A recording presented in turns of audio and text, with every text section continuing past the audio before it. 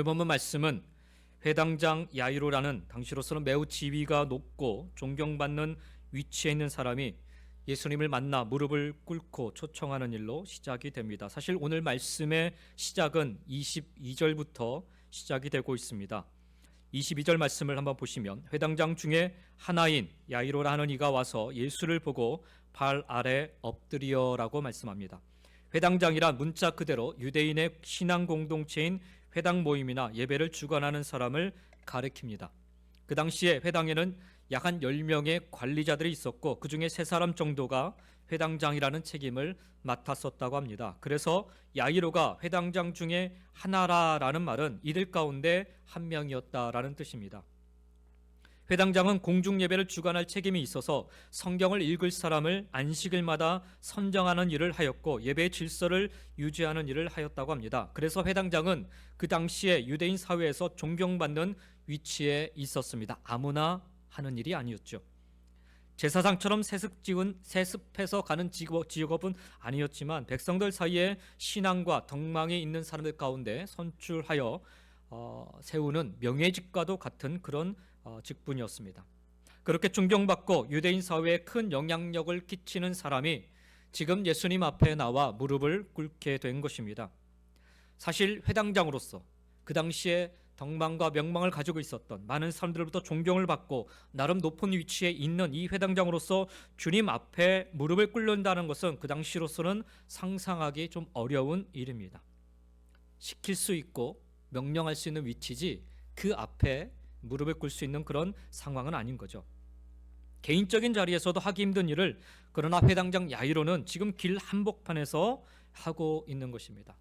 무엇이 그로 하여금 주님 앞에 나오게 했고 또 주님 앞에 무릎을 꿇게 했는가? 23절 말씀에 보면 간곡히 구하여 이르되, 회당장이 간곡히 구하는 겁니다. 내 어린 딸이 죽게 되었사오니 오셔서 그 위에 손을 얹으사 그로 구원을 받아 살게 하소서라고 무릎을 꿇고 간곡히 부탁을 합니다.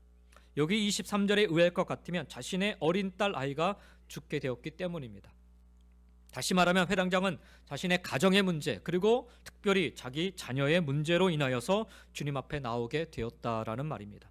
그렇지요. 자식이 죽어가는데 사회적 체면이 무슨 의미가 있겠습니까? 회당장 야이로는 자기의 사랑하는 딸이 죽게 된 문제로 인하여서 주님 앞에 나왔습니다. 어떻게 보면 이분한테는 조금 미안할 수 있지만 어떻게 보면 참으로 감사한 일이 아닐 수가 없습니다. 왜냐하면 이 같은 위기로 말미암아 그가 주님을 만나게 되었기 때문입니다. 그러니 감사한 일이죠. 그리하여 24절에 보면 주님께서는 이 회당장의 간청을 받아들여 그의 집으로 함께 동행하고 있었습니다. 그런데 25절에 불쑥 한 여자가 끼어드는 사건이 발생합니다. 바로 12년 동안 혈루증으로 고통받던 여인이 예수님을 찾아온 사건입니다. 한두 해도 아니고 무려 12해를 혈루증으로 고통받았던 이 여인은 주님의 옷자락을 만지기만 해도 치료될 것이라는 확신을 가지고 있었습니다. 혈루증 자체가 부정한 병이라는 사회적 편견에 시달렸지만 주님을 만나지 않고서는 안 되겠다라는 죽음을 각오한 그녀의 열정과 확신이 그녀를 주님에게로 나아가게 했고 주님의 옷자락을 만졌을 때 주님은 그녀의 사모함을 알아보신 줄 믿습니다. 누군가 나를 만졌느니라 주님의 관심 표명에 제자들조차도 너무나도 흔한 일인데 사람이 이렇게 많아서 밀고 밀리는 그런 상황 속에서 누가 만진들 그게 무슨 상관이 있겠습니까? 라는 그런 것까지 신경 쓰느냐라며 지나치려 했지만 주님은 그 상황을 간과하지 않으셨습니다. 사실 혈루증을 앓았던 이 여인에게는 작은 일이 아니라 목숨을 건 일이었습니다. 피가 계속 흐르는 혈루증. 그래서 사실 부정하기 때문에 모든 사람들이 모이는 그런 공중의 자리에 함부로 나설 수 없는 상황에 놓인 여인이었습니다. 설사 그 몸을 가지고 만약에 많은 사람들이 모인 곳으로 나갔다 이 사실이 발각되면 현장에서 돌에 맞아 죽을 수 있는 그런 상황입니다. 그러니 목숨을 걸고 간 것이 맞지요. 그런데 그와 같은 결코 작은 일이 아니고 목숨을 건 일이었는데 결국 이 여인은 그날 주님으로부터 소망의 복음을 듣게 됩니다. 34절에 그러죠. 딸아 내 믿음이 너를 구원하였으니 평안히 가라. 네 병에서 놓여 건강할지어다. 근데 여러분 이 사건이 회당장 야이로의 딸을 지금 치유하러 가는 사건 속에 나타나고 있는 사건입니다. 대부분 많은 목사님들이 설교를 하실 때 따로따로 놓고 설교를 하세요. 예. 혈루증 여인과 이 야이로 딸을 치료하는 사건을 따로따로 놓고 설교를 하십니다. 저도 그렇게 설교를 종종 했었습니다. 근데 이 사건이 기록된 마가복음을 비롯하여서 마태복음, 누가복음, 공이 이 공간복음에 다 기록된 사건을 보면은 이게 하나의 사건 안에 다 들어가 있어요. 야이로의 딸 그 아이를 구원하러 치료하러 가시는 그 상황 속에 불쑥 이 혈루증 여인의 사건이 기록이 되어 있습니다. 따로따로 된 사건이면 사실 따로따로 구분해서 기록할 필요가 있는데 그렇지 않고 있다라는 거예요. 그 말은 이 사건을 하나의 관점으로 좀 볼 필요가 있다라는 거죠. 여러분, 회당장의 입장에서 보면요, 자기의 딸이 지금 죽어가고 있지 않습니까? 그래서 체면을 불구하고 무릎 꿇어서 간청해서 주님을 지금 겨우 모시고 가는 중인데 어떤 낯선 여인이 갑자기 불쑥 끼어들어서 가던 길을 멈추게 한 사건입니다. 이게 얼마나 원망스럽겠습니까? 한시가 급한데 어찌하여 우리 일을 방해하고 있느냐라고 생각하며 조바심을 가졌을지도 모릅니다. 오늘 저는 바로 이 장면에 초점을 둬서 여러분과 함께 말씀을 좀 나눠보려고 합니다. 왜 마가는 회당장의 사건을 마무리한 뒤에 다시 혈루증 앓았던 여인의 사건을 시작해도 될 터인데 굳이 25절부터 34절까지 혈루증을 앓았던 이 여인의 사건을 그 사이에 다시 끼워놓고 다시 35절에 가서 회당장의 사건을 이어가고 있습니다. 왜 그랬을까? 회당장은 그 당시로서는 지도층의 한 사람이지만 혈루증을 앓았던 여인은 성 밖에 나가 이름 없이 살아야 할 힘없는 여인이었습니다. 그 두 사람을 세상적인 지위나 가진 것으로 비교해 볼 때는 당연히 회당장이 중요하지만 우리 주님의 입장에서 볼 때는 회당장이든 이 여인이든 모두가 다 주님의 소중한 백성인 줄 믿습니다. 건강한 교회, 은혜로운 교회란 바로 이런 장면에서 나타나는 것인 줄 믿습니다. 교회에 잘 사는 사람과 그렇지 못한 사람이 있을 때 성도들의 손길이 어려운 사람에게 갈수록 그 교회는 은혜로운 교회인 줄 믿습니다. 많이 배운 사람과 그렇지 못한 사람이 있을 때 배우지 못한 사람에게 한마디 더 사랑의 말을 전하는 교회가 건강한 교회인 줄 믿습니다. 다양한 사람들이 교회 안에 있으나 그들이 함께 행복을 느끼고 평안을 느껴야 비로소 건강한 공동체인 줄 믿습니다. 사랑하는 성도 여러분, 회당장과 12해 혈루증을 앓았던 여인과는 사실 1대1로 비교할 수 없는 그런 존재들이에요. 하지만 회당장의 집을 가던 주님에게는 혈루증을 앓았던 여인도 중요하기 때문에 아무리 급하더라도 그 여인의 문제를 해결해 주시고 가신 줄 믿습니다. 이 여인에게는 갑절이나 기쁨이 있었을 거예요. 회당장 가정의 일로 가시던 주님께서 나 같은 사람을 위해서 그 귀한 시간을 할애해 주셨다라니. 네, 여러분, 마가가 야이로의 딸을 고치러 가는 이 위급한 와중에 벌어진 혈루증을 앓던 여인의 치료 기사를 적은 이유가 단지 한 여인의 생명의 소중함만을 밝히기 위해서일까요? 마가를 통한, 마태를 통한, 누가를 통한 성령님께서, 하나님께서 이 사건을 이렇게 이끌어 가신 것은 굳이 이 여인이 소중하다 이것을 드러내기 위해서일까요? 만약 그랬다면 아까도 말씀드렸지만 굳이 회당장 야이로의 딸을 살리는 이 사건 중간에 넣어 기록할 필요는 없었을 거예요. 아예 따로 떼어서 기록하는 것이 오히려 더 자연스러울 것입니다. 그럼에도 불구하고 마가나 마태나 누가 하나님께서 이처럼 이 중간에 이 혈루증 앓는 여인의 이 사건을 유지하면서 이렇게 두 가지 사건을 하나의 프레임에 놓고 기록한 이유에 대해서 우리는 조금 더 심사숙고해서 살펴볼 필요가 있습니다. 우선 23절의 말씀에서 그 한 가지 힌트를 좀 찾을 수 있습니다. 23절 시작을 간곡히 구하여 이르되라고 적고 있습니다. 예전 성경 번역에는 많이 간구하여 가로되라고 적고 있습니다. 여기 간곡히 혹은 많이라는 말, 헬라어로는 폴리스라는 단어가 사용되고 있는데요. 여기 이 단어의 뜻은, 이 폴리스라는 단어는 양이나 수가 많다 또는 시간이 오래다라는 의미를 갖고 있습니다. 이 단어가 오늘 본문에서처럼 복수로 사용되고 있는데 이렇게 복수로 사용되면 자주, 전심으로 혹은 강하게, 온 마음으로 이런 등의 또 다른 의미를 갖게 됩니다.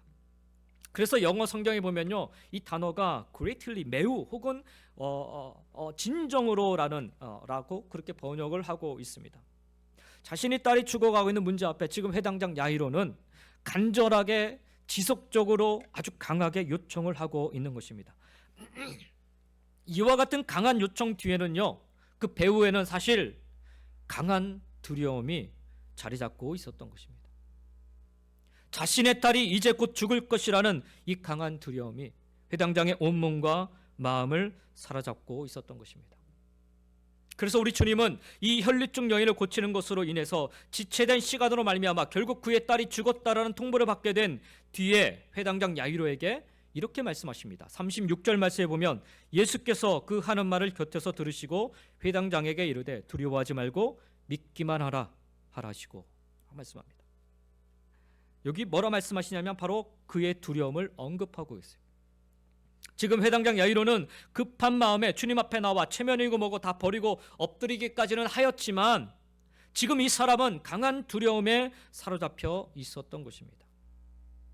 물론 그는 예수님 앞에 나와 이렇게 고백을 했죠. 내 어린 딸이 죽게 되었사오니 오셔서 그 위에 손을 얹으사 그로 구원을 받게 하여 살게 하소서라고 그렇게 고백을 합니다.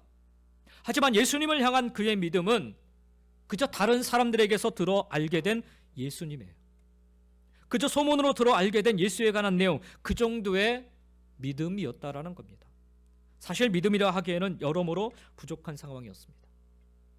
강한 두려움에 갇혀버린 그의 믿음, 주님 앞에 나와 엎드려 간절히 간구하고 있기는 하지만 여전히 강한 두려움에 갇힌 그의 믿음이 아닐 수가 없습니다. 여차하면 이런 믿음은요, 강한 불신으로 표출될 수 있는 그런 위기의 믿음이 아닐 수가 없습니다. 사실 이와 같은 믿음으로는, 강한 두려움 속에 갇혀버리는 이와 같은 믿음으로는 아무런 생명의 역사가 나타날 수가 없습니다. 강한 두려움과 강한 불신의 위기에 놓여는 그의 이 믿음으로는 아무런 능력도 기적도 기대할 수 없는 그런 상황인 것입니다. 비록 지금 그가 주님 앞에 나와 엎드리고 있지만, 주님을 경배하는 자세로 엎드리고 있지만, 그리고 주님의 도우심을 간절히 구하고 있지만 강한 두려움과 강한 불신의 위기에 놓여는 그의 이 믿음으로는 어떠한 능력도 기적도 기대할 수 없는 상황이라는 것입니다.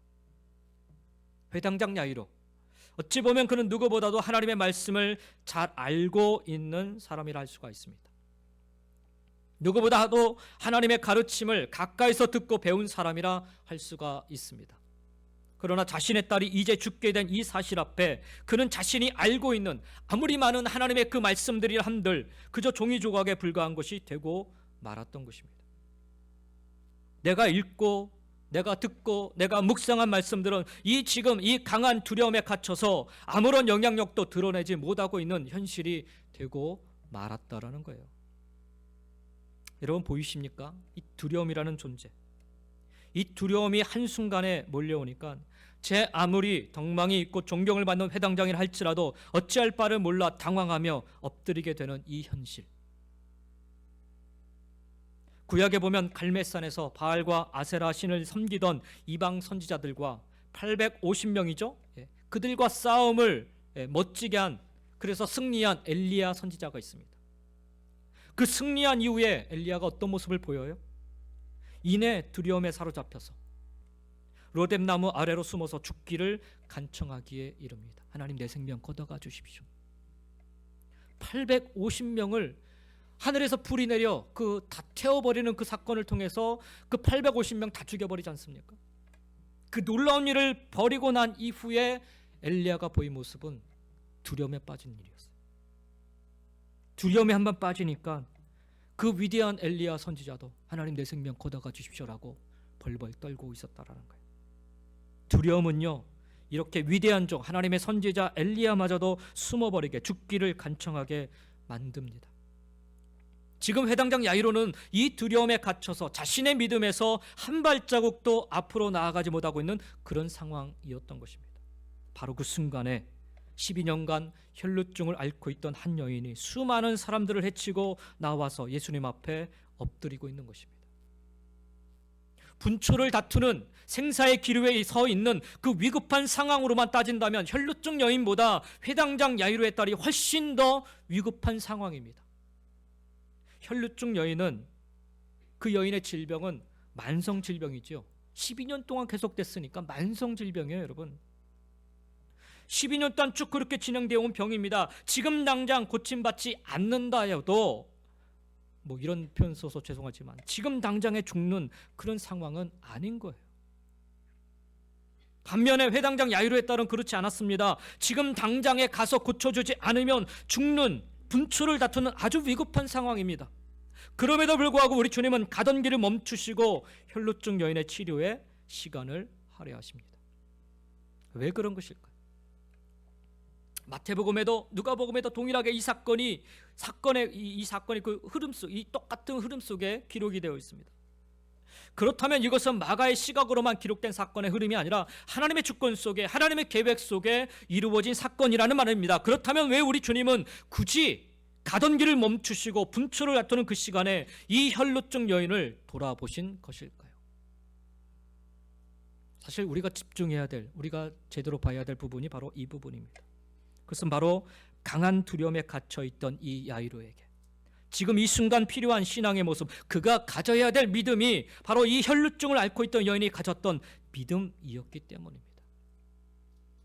예수님이 베푸시는 기적은요, 단지 기적을 위한 기적이 아니라 회당장의 그 딸을 살리는 기적보다 더 중요한 것은 저들에게 진정한 믿음, 제대로 된 믿음, 바른 믿음이 선행되어야 하기 때문에, 그래야 기적 이후에도 계속해서 예수님을 믿고 따를 수 있기에 우리 주님은 진짜 필요한 믿음이 무엇인지를 가르쳐 주시고자 혈루증을 앓고 있던 이 여인의 믿음을 야이로 앞에서 먼저 확인해 주십니다. 저도 사역을 하면서 가끔씩 제가 경험하는 일이지만 정말 하나님께 기도해서 고침을 받던, 문제가 해결됐던 그런 분들을 제가 볼 때, 근데 얼마 지나지 않으면 그냥 흔적도 없이 자리를 떠버리는 모습을 보게 됩니다. 왜 그런가? 제대로 된 믿음이 먼저 심겨지지 않았기 때문이죠. 그래서 오늘 회당장에게 정말 필요한 것은 무엇인가? 바로 이 여인의 믿음, 그것을 먼저 이 회당장 앞에 보여주고 있는 거죠. 그렇다면 여러분, 이 여인이 보여준 믿음이 과연 어떤 믿음인가? 과연 어떤 믿음이기에 기적을 일으킬 수 있는 그런 믿음이 된 것일까요? 그리고 야이로가 그날 보고 배웠어야 했던 믿음은 과연 어떤 믿음이었을까? 과연 어떤 믿음이 이같이 강한 두려움에 갇혀있던 야이로를 믿음의 자리로 나아갈 수 있도록 인도한 것일까요? 첫 번째로 혈루증을 앓고 있던 여인에게 있었던 믿음은 확신하는 믿음이었습니다. 이 여인도 예수님께 나아가게 된 동기는 예수님의 소문을 들었기 때문이지요. 듣는 것 중요합니다. 그러나 더 중요한 것은 확신이 있어야 합니다. 확신이. 여인은 예수님을 만나러 갔습니다. 그리고 무리 가운데 섞여서 예수님 뒤로 가까이 다가가 예수님의 옷에 손을 대었습니다. 그 이유를 마가복음 5장 28절에 뭐라고 얘기해요? 이는 내가 그의 옷에만 손을 대어도 구원을 받으리라 생각함일러라. 이 여인에게는 생각과 더불어 확신이 있었습니다. 이 여인의 확신 있는 믿음은 여인을 절망케 했던 그 12년의 병고에서 낫게 했습니다. 공포와 두려움의 병마에서 자유함을 얻게 된 것입니다.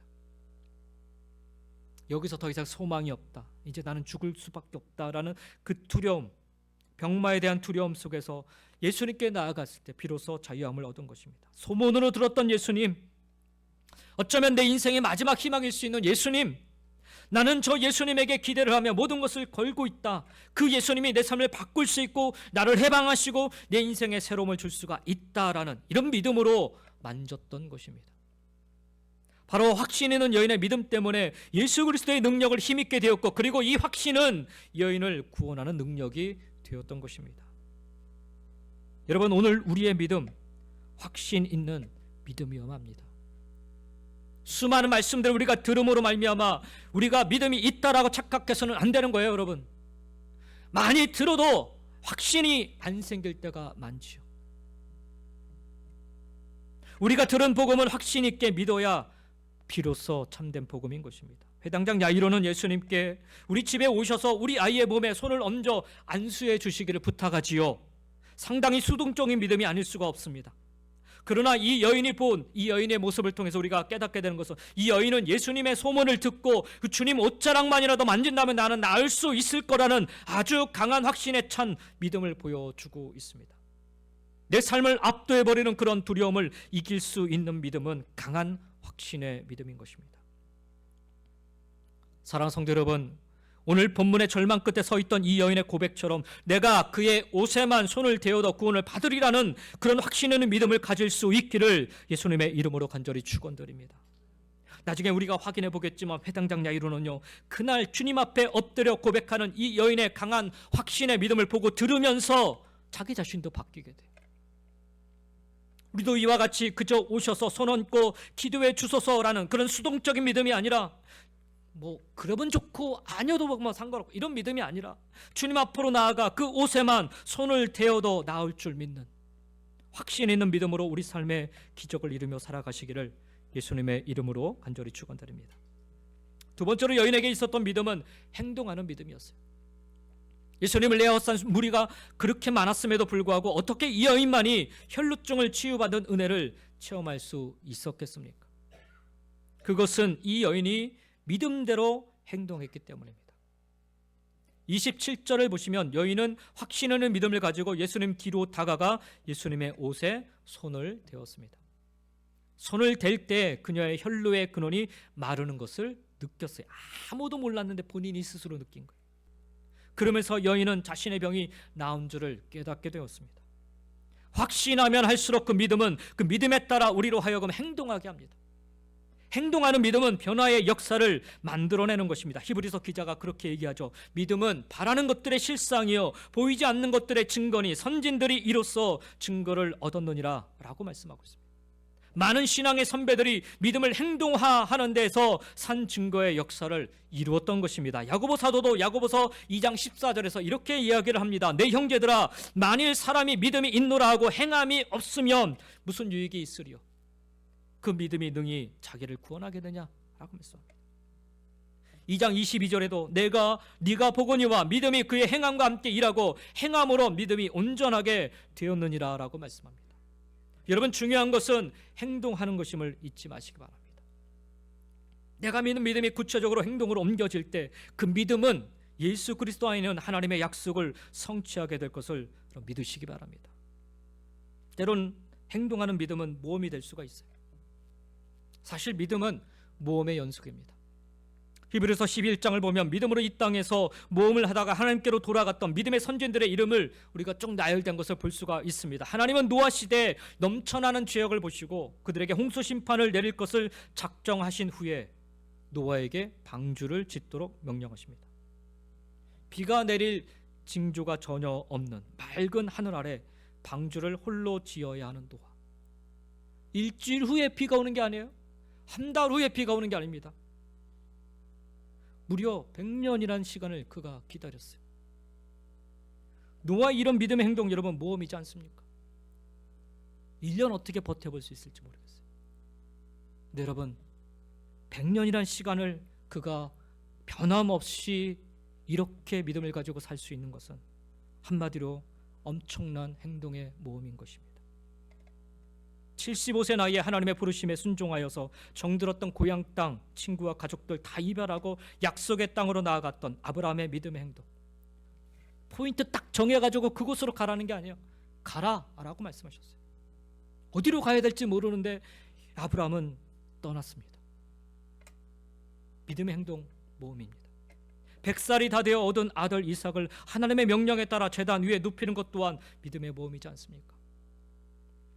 축복 속에서도 하나님을 끝없이 원망하고 불평하는 더더군다나 훈련되지 않았던 이스라엘 백성들을 이끌고서 애굽을 떠나 적과 꿀이 흐르는 약속의 땅 가나안을 향해 나아갔던 모세의 믿음, 여러분 행동이지 않습니까?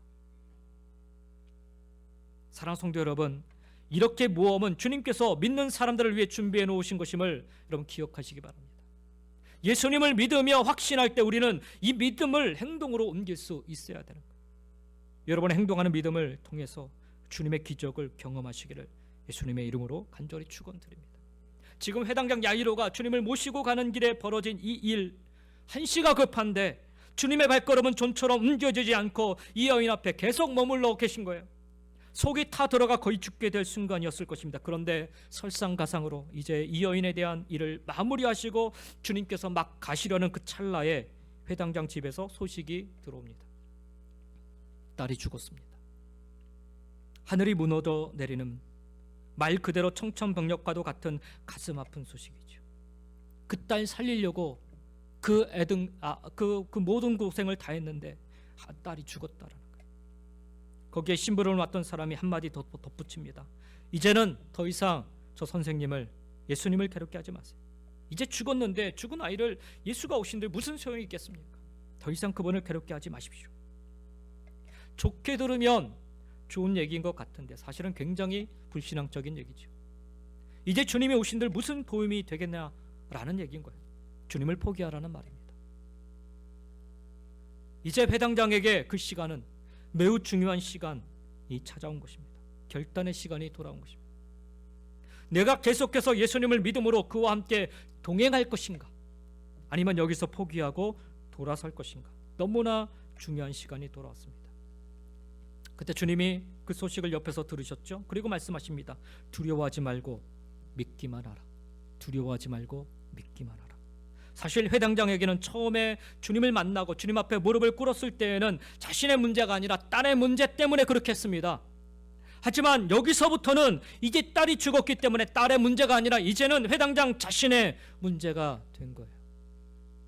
네가 믿음을 가지고 나와 동행하겠느냐, 아니면 포기하겠느냐. 너의 믿음이 중요하다라는 거예요. 가야 하나 말아야 하나. 그때 주님께서 두려움과 회의 속에 갈등하는 그의 마음을 아시고 그의 마음을 다독여 주십니다. 그의 마음을 든든하게 세워주십니다. 두려워하지 말고 믿기만 하라. 이제 너에게 중요한 문제는 믿음의 문제라는 것입니다. 기적과 치유와 생명의 역사가 이제 너의 믿음 때문에 일어날 수도 있고 안 일어날 수도 있다라는 것입니다. 회당장은 예수님과 동행하다가 혈루증 앓던 여인이 치유받는 기적을 옆에서 지켜보았습니다. 공교롭게도 자신의 딸, 지금 죽었다라고 판정받은 이 자신의 딸도 12살이었어요. 그런데 이 길가에서 치유받았던 혈루증을 앓던 여인 12년 동안 고생하다가 치유받은 거예요. 그 기적을 옆에서 지켜봤어요. 왜 가던 길을 멈추시고 지체하셨는지, 우리 주님이 내게 보여주시고자 하신 믿음이 무엇인지 회당장 마음에 말할 수 없는 큰 감동이 밀려왔을 것입니다. 제가 왜 이렇게 표현을 쓰냐면 이 사건들을 보면요, 회당장이 입을 꼭 다물고 있어요. 아무런 표현도 쓰지 않고 있습니다. 죽은 딸 앞에 갈 때까지 회당장의 이야기는 단 한마디도 나오지 않아요. 그 말은 지금 이 모든 상황 속에서 회당장의 마음에 엄청난 변화와 역사가 일어나고 있다는 거예요. 그러면서 혈루증 걸렸던 그 여인을 치료하시는 주님의 음성을 그가 다시금 되새겼을 거예요. 34절 말씀이죠. 딸아, 네 믿음이 너를 구원하였으니 평안히 가라. 네 병에서 놓여 건강할지어다. 예수님이 일부러 정하셔가지고 그 여인을 만지시고 그 여인을 치료하신 게 아니라 그 여인의 믿음이 스스로 고침받을 수 있는 역사가 일어났다는 거예요. 이 상황을, 그 위급을, 총각을 다투는 그 위급한 상황에서 이 회당장 야이로가 보면서 뭘 깨달았을까요, 여러분? 믿음이구나. 믿음이구나. 내게 필요한 것은 다른 게 아니라 믿음이구나. 그녀가 보여줬던 이 확신 있는 믿음, 그녀가 보여줬던 이 행동하는 믿음, 바로 이 믿음이구나. 히브리서 11장에서 누누이 말씀하고 있는 것처럼 믿음은 보이지 못하는 것들의 증거인 줄 믿습니다. 주님께서 회당장에게 요구하시는 것은 바로 그것입니다. 이제는 믿음이다. 너에게 믿음이 있다면 이제 너의 믿음을 보여줄 때가 되었다라는 거예요. 평상시에는요, 믿음은 그렇게 중요하지 않은 것처럼 보입니다. 오늘 여기 주일날 예배 오시는데 여러분, 믿음 가지고 믿음이 있어서 오셨습니까? 그저 여러분의 습관과 그저 여러분의 눈썰미만 있어도 여러분들은 이곳에 얼마든지 올 수가 있어요. 또 여러분들은 얼마든지 하나님의 일을 하실 수가 있습니다. 크게 믿음이 필요하지 않은 것 같아 보입니다. 하지만 우리의 삶에 위기가 닥쳐오면 내 힘으로 할 수 없는 어떤 그런 물려오는 어떤 그런 압도해오는 그런 위기가 닥쳐오면 그때는 습관 가지고 되지 않습니다. 아무리 여러분 매일마다 기도하는 습관을 가지고 있어도 여러분 내 삶을 압도해버리는 두려움이 찾아오면요 기도 못해요. 여러분 눈썰미 가지고요 어림도 없습니다. 그때는 여러분의 살아있는 믿음이 필요합니다. 정말 속이 다 뒤집어져도 하나님께서 내게 주신 그 살아있는 믿음 때문에 기어서라도 하나님께 나아갈 수 있는 게 그게 바로 우리가에게 필요한 믿음이라는 거예요. 여기 이 회당장의 믿음이 어떻게 바뀌어간 줄 아십니까? 강한 두려움에 갇혀있던 그의 믿음이 어떻게 바뀌어간 줄 아십니까? 계속 이어지는 36절 이하의 말씀들을 우리 한번 보시겠습니다. 오늘 우리가 읽은 본문의 말씀이기도 한데요, 36절부터 38절 말씀입니다. 예수께서 그 하는 말을 곁에서 들으시고 회당장에게 이르시되 두려워하지 말고 믿기만 하라 하시고 베드로와 야고보의 형제 요한 외에 아무도 따라옴을 허락하지 아니하시고 회당장의 집에 함께 가사 떠드는 것과 사람들이 울며 심히 통곡함을 보시고 라고 말씀합니다. 주님께서 그 가정에 도착하셨을 때는요 이미 장례식 준비가 한창이었습니다. 우리나라도 그렇잖아요. 장례식 준비의 최고가 뭐예요? 곡하는 겁니다. 아이고 우리가 곡하잖아요. 가족들이 울다가 지치면 옛날 우리 어른들은 곡하는 사람을 돈은 주고 사서라도 담 넘어서라도 이 우는 소리가 들려야 된다라는 거예요. 지금은 안 그렇지만 옛날에는 그래서 며느리를 구할 때도 목소리 좋은 며느리들을 구했다는 거예요. 왜? 곡하는 소리를 곡 잘해야 된다고 해서. 이스라엘도 우리 문화적 전통과 크게 다르지 않았습니다. 헌화하는 사람들, 우는 사람들을 사서 울음소리가 단바깥으로 나가야 돼요. 주님이 도착하셨을 때는 온통 우는 소리로 장례식 분위기가 한참 가라앉아 있었습니다. 주님께서 그 상황을 보시고 39절에 이렇게 말씀하세요. 너희가 어찌하여 떠들며 우느냐? 이 아이가 죽은 것이 아니라 잔다 라고 말씀하십니다. 지금 울고불고 하는 회당장 야이로의 집에서 사람들에게 주님이 하시는 말씀이 이 아이는 죽은 것이 아니라 잔다라는 거예요. 성경을 보니까 이 말을 듣자마자 사람들의 반응이 나타나는데 뭐냐고 하면 40절에 보니까 그들이 비웃더라. 비웃어요. 그런데 우리 주님께서는 그들의 말에 아랑곳하지 아니하시고 오히려 비웃는 그들을 모두 다 내보내십니다. 그리고 베드로와 야고보와 요한 그리고 해당장 부모만 남겨놓고 모두 다 내보내십니다. 자, 여기서부터 아주 중요한 대목이 나옵니다. 40절 말씀을 다시 한번 자세히 보시기 바랍니다. 예수께서 그들을 다 내보내신 후에 아이의 부모와 또 자기와 함께한 자들을 데리시고 아이 있는 곳으로 들어가사라고 합니다. 이 뭐라고 적고 있어요? 아이의 부모와 또 자기와 함께한 자들을 데리시고 아이 있는 곳으로 들어가셨다라고 말씀합니다.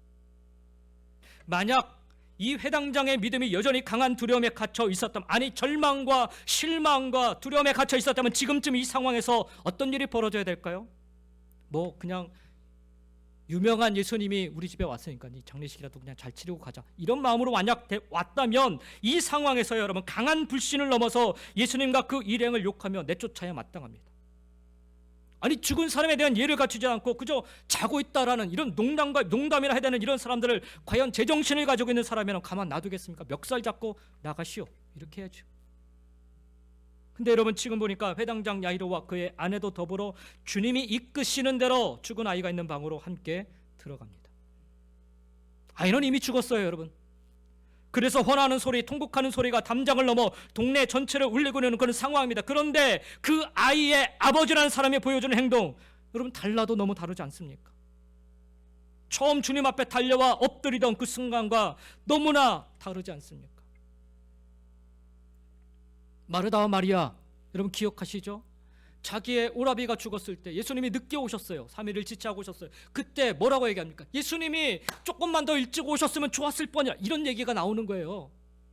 지금 이 상황에서도 사실은 회당장이 그만큼의 강한 불신과 원망이 있었다면 얘기할 만하잖아요. 예수님, 혈루증 앓는 그 여인 돌보지 않고 그냥 왔으면 좋지 않았을까요?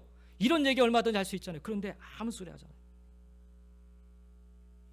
그냥 예수님이 이끄는 대로 따라 들어갑니다. 달라도 너무 다르지 않습니까? 비웃는 군중 속에 회당장 야이로의 모습이 달라졌어요. 강한 확신으로 가득 찬 믿음, 행동으로 옮기는 믿음으로 바뀐 것입니다, 여러분. 믿음의 역사는, 믿음의 기적은 불신의 군중들과 더불어 일어나는 법이 없어요. 기도하는 사람들과 믿음의 사람들만이 기적의 주인공이 될 줄 믿습니다.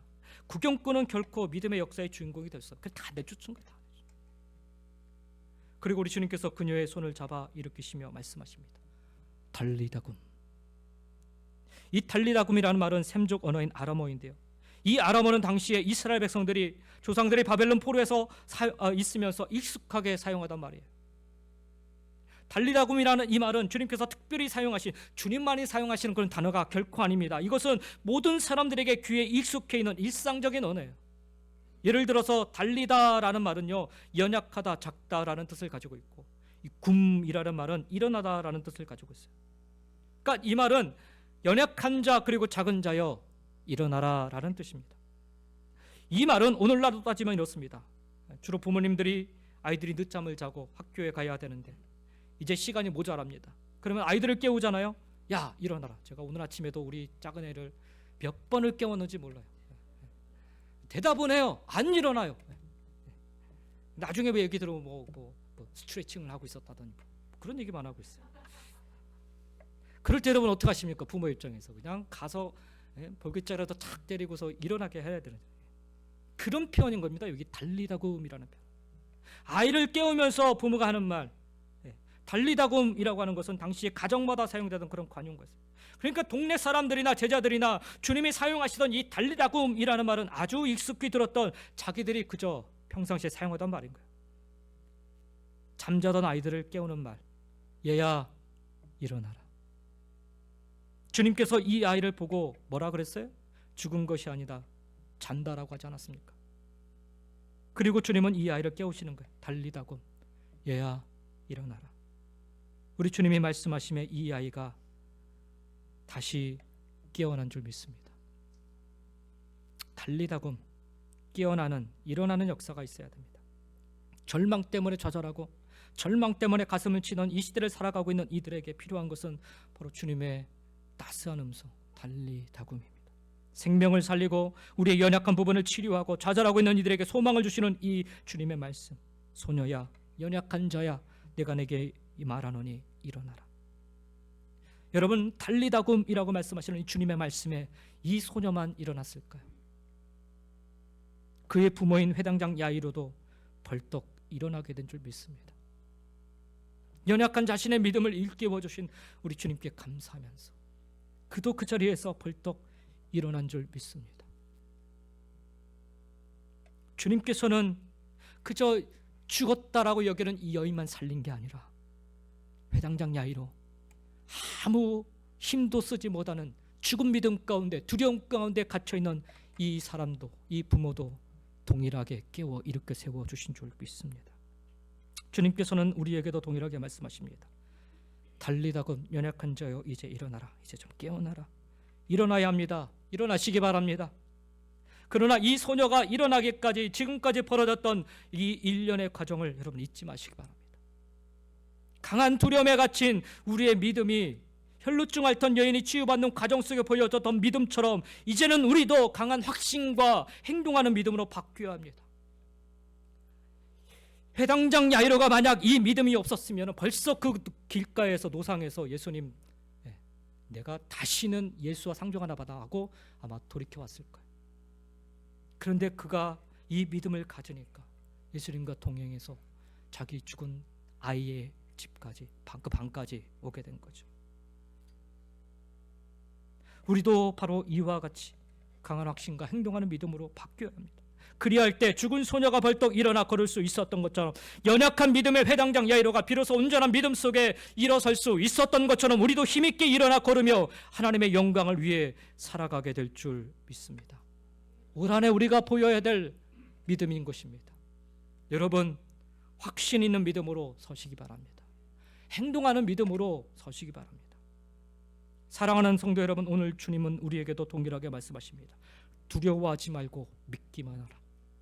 주님 음성 들으시고 내 삶을 무너뜨리고 압도하는 강력한 그 두려움의 자리에서 혈루증 여인이 보여줬던 것처럼 강한 확신과 행하는 믿음의 자리로 나아가시기를 예수님의 이름으로 간절히 축원드립니다. 그 믿음의 자리엔 분명 달리다굼, 일어나라, 깨어라 말씀하시며 우리를 일으켜 세워주시는 주님의 음성, 주님의 손길이 기다리고 계신 줄 믿습니다. 회당장 야이로의 믿음이 변화되어 기적을 맛보았던 것처럼 혈루증 여인이 12년의 고통에서 벗어나 온전한 몸으로 치유받을 수 있었던 것처럼 여러분 모두도 이 기적을 일으키는 믿음으로 일어나 승리하며 살아가시기를 예수님의 이름으로 간절히 축원드립니다. 기도하시겠습니다. 우리 한번 말씀을 기억하면서 하나님께 기도하기를 원합니다. 그저 지식으로만 알고 있는 나의 믿음은 아닌지요. 남들이 내게 전해준 그 믿음으로만 내가 지금 여기에 서 있는 것은 아닌지요. 알고는 있는데 여전히 내가 확신하지 못하고 그렇게 두려움 속에 빠져 있지는 않은지요. 혈루증을 12년 동안 앓았던 이 여인은 마지막 그 절망의 순간에서 예수님께 확신을 가지고 나아갑니다. 그 옷자락만이라도 만지면 내가 낫겠습니다. 생각만 한 게 아니라 실제로 그 수많은 사람들을 뚫고 죽음을 각오하고 예수님의 옷자락을 만져 치유함을 받았습니다. 회당장 야이로가 보았던 것은 바로 이 확신 있는 믿음이었고 이렇게 행해야 되는구나 라는 것을 그가 깨달았던 것입니다. 그래서 다 죽었다라고 사람들이 헌화하고 울며 부르짖는 그 순간에 예수님의 기적을 그는 맛볼 수 있었습니다. 달리다굼 일어나라. 오늘 주님은 우리에게 동일하게 말씀하십니다. 우리를 일으켜 세우시기를 원하시고 우리가 일어나기를 원하십니다. 그러기 위해서는 오늘 우리도 혈루증 여인처럼 확신이 있는 믿음이 필요합니다. 행함이 있는 믿음이 필요합니다. 야이로처럼 두려움 속에서 벗어나 이제는 주님을 쫓아가는, 동행하는, 함께하는 믿음이 필요합니다. 하나님, 이 믿음 내게 주시옵소서. 함께 시간 기도하며 나가도록 하겠습니다.